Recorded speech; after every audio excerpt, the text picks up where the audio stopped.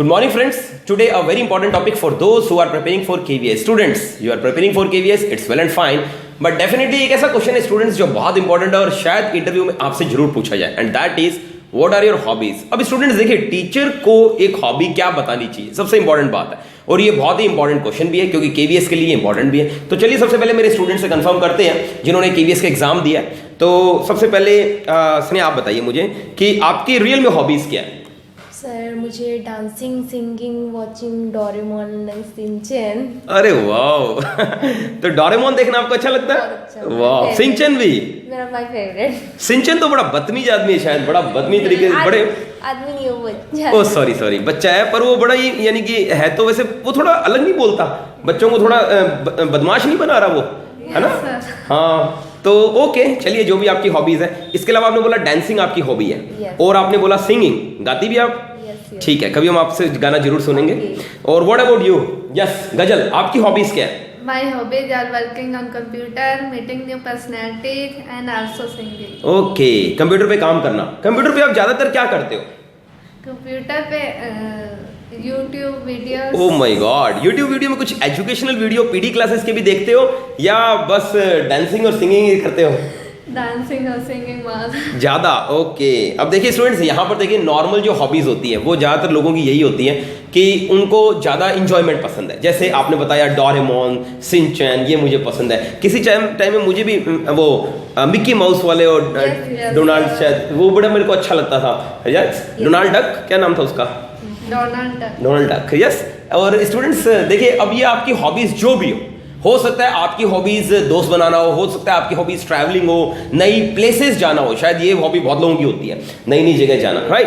पर जब आप केवीएस के लिए जा रहे हैं, when you are going for KVS, you should be very diplomatic. Reason is only one behind that if you are going for a teaching job, definitely it should resemble that you are having the qualities of teacher, and that point should be very very diplomatic. और please अगर आप bluffing करेंगे, on the spot prepare करेंगे इस चीज को, तो ये शायद ज्यादा आपके लिए हार्मफुल भी होगा. अब बच्चे कहते हैं सर हम बताएं क्या.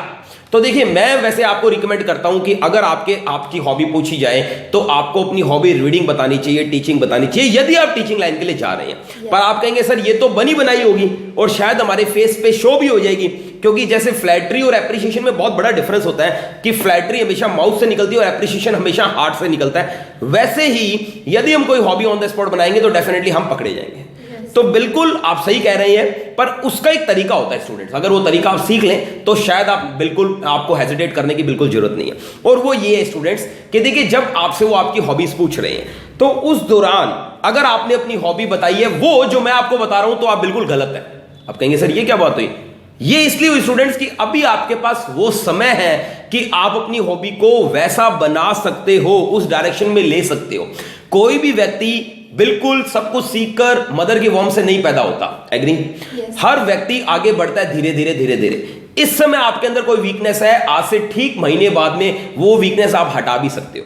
हो सकता है आज आपको इंग्लिश नहीं आती हो, 1 मंथ के अंदर आप अपने आप को प्रिपेयर करें, शायद आप अपनी इंग्लिश बहुत अच्छी कर लें. इवन हम आपको इनवाइट करते हैं 7 डेज के लिए, आप नोटिस करते हैं बहुत से चेंजेस आते हैं. और मेरे बहुत से स्टूडेंट्स जो केवीएस के अंदर जॉब कर रहे हैं, जो भी हमारे पास आते हैं, वो 99% ये श्योर हो जाते हैं कि यस सर बहुत बढ़िया, मैं अब बहुत अच्छी इंग्लिश सीख गया हूं, मैं अब बहुत चेंजेस आ गए मेरे अंदर. इवन टेलीफोन कोर्सेज वाले स्टूडेंट्स भी बहुत ज्यादा ड्रास्टिक चेंज देखते हैं. तो देखो, जब आप आते हो और 6-7 आवर्स लगातार पढ़ते हो तो डेफिनेटली रिजल्ट तो आना ही है. इसके अलावा हम अपनी बुक भी रिकमेंड करते हैं. तो क्या किया जाए, उसका ऑप्शन है स्टूडेंट्स कि आपके पास अभी टाइम है. यदि आपको मेरा सुझाव अच्छा लगता है, आपको लगता है नहीं सर आप सही कह रहे हैं, तो आप कुछ ऐसा कर सकते हैं कि कुछ अच्छी बुक्स अपने लाइफ में ले सकते हैं. उनकी प्रैक्टिस करिए, उनको रीडिंग करिए, उनकी समराइजेशन करिए. फॉर एग्जाम्पल, आप कहते हैं सर मैं क्या करूं, मुझे कोई हिंट दे दीजिए, तो मैं आपको एक बहुत अच्छी गाइडलाइन देना चाहूंगा. यदि वो आपसे पूछे आपके आइडियल कौन है, तो मैं ये कहूंगा कि अगर आपके आइडियल ने कोई बुक्स लिखी है तो बिल्कुल आप उनको हाईलाइट कर सकते हैं.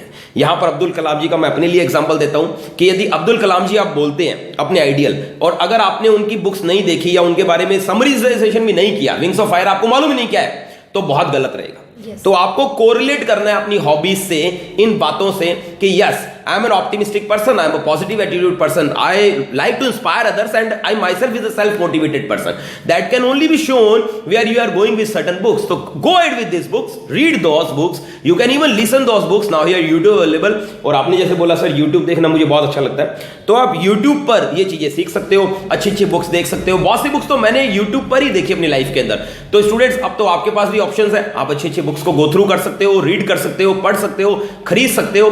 वहां ज्यादा से ज्यादा राइटर आपसे क्या पूछ लेगा. बहुत से बच्चों को डर लगता है कि सर मैं अपनी हॉबी अगर रीडिंग बताऊंगा तो पता नहीं क्या हो जाएगा. आप ये सोचिए कि सब आप जैसे ही तो है. जब वो डरेंगे तो आप भी तो डरोगे, और आप डर रहे हैं तो वो डर रहे हैं. क्यों ना डिफरेंट हो जाए. क्या पूछ लेगा ज्यादा से ज्यादा?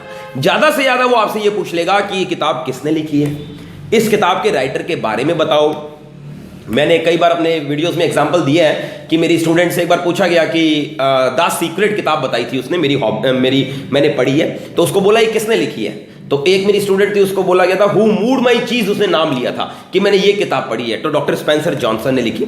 तो उनसे पूछा गया ये the secret who moved my चीज, ये किसने लिखी है. तो उन्होंने बताया, बिल्कुल वो पढ़ के गए थे अच्छे से. Rhonda Byrne has written this the secret. Doctor Spencer Johnson who is the co-author of one minute manager also has written this book who moved my cheese. And they ask कि इस राइटर के बारे में कुछ बता दो. तो ज्यादा से ज्यादा इंटरव्यूअर क्या पूछ लेगा, या तो इस किताब का क्रिस पूछ लेगा. ऐसा तो नहीं है कि आपसे ये पूछेगा पेज नंबर 50 पे क्या लिखा है बताओ. yes, ऐसा तो हो ही नहीं सकता. तो आप अगर अपनी हॉबीज थोड़ा सा डिप्लोमेटिक बनाते हो तो प्लीज स्टूडेंट्स आपको बेनिफिट कहीं ना कहीं मिलेगा. नो डाउट आप इनके साथ एड ऑन करिए कोई गेम्स, आप एड ऑन करिए अगर आपको डांसिंग अच्छा लगता है, सिंगिंग, क्योंकि आज आर्ट एंड क्राफ्ट की बहुत डिमांड है. और अगर आप किसी प्राइवेट स्कूल या और किसी स्कूल्स के लिए अपने आप को अप्लाई करते हैं, इवन मैं कहता हूं केवीएस में भी अगर आप स्मॉल किड्स के लिए अप्लाई, तो डेफिनेटली रिजल्ट तो आना ही और आप अच्छा इंप्रेशन डाल सकते हैं. तो गो अहेड विद डिप्लोमेसी. अगर आपको लगता है सर अभी भी मेरे मन के अंदर फियर है, तो बिल्कुल आपके पास अभी भी ऑप्शन है. आप कह सकते हैं मुझे इंस्पिरेशनल मूवीज देखना पसंद है, और शायद आपने दंगल मूवी जरूर देखी होगी, तारे जमी पर जरूर देखी होगी. कुछ ऐसी मूवीज आपने छोड़ी ही नहीं होगी स्टूडेंट. थ्री सीक्रेट्स नहीं, it was Aamir Khan movie, क्या नाम था उसका? दंगल से पहले वो थी the three idiots. Yes, three secrets किताब है स्टूडेंट्स. थ्री इडियट्स, यस, शायद वो किताब आपने वो मूवी नहीं छोड़ी होगी. तो ये जितनी भी इंस्पिरेशनल मूवीज है, आप इनके बारे में कह सकते हैं कि मुझे ये देखना पसंद है. इसके अलावा टीचिंग, आप अपने डेमोस तैयार कीजिए. अगर आपको डेमो देने का वे अच्छा आता है, नहीं आता तो बिल्कुल आप वेलकम हो पीडी पर. आप अगर डेमोज अच्छे से तैयार करते हैं तो आप ये मान के चलिए कि आपके 60 मार्क्स में से 20 मार्क्स आपके डेमो के ही बनेंगे. और वहां पर आप अपना डेमो अच्छा दीजिए तो teaching automatically it looks good. तो hope so students now you have cleared your topic, और अब हॉबी से रिलेटेड क्वेश्चन एटलीस्ट आपको प्रॉब्लम नहीं देगा. तो बिल्कुल ऑन द स्पॉट जाकर कुछ भी बोलने से ज्यादा अच्छा है कि आप अपने आप को वेल प्रिपेयर्ड कर लो और सक्सेस पा लो. Hope my students got the topic. Yes, so thank you very much students, love you lot, thank you.